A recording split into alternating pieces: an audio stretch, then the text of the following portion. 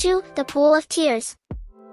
Curiouser and curiouser, cried Alice. She was so much surprised that for the moment she quite forgot how to speak good English. Now I'm opening out like the largest telescope that ever was. Now I'm opening out like the largest telescope that ever was. Goodbye, feet. Oh, my poor little feet. I wonder who will put on your shoes and stockings. Oh, my poor little feet. I wonder who will put on your shoes and stockings for you now, dears. I shall be a great deal too far off to trouble myself about you. Just at this moment her head struck against the roof of the hall. In fact, she was now rather more than 9 feet high, and she at once took up the little golden key and hurried off to the garden door. Poor Alice!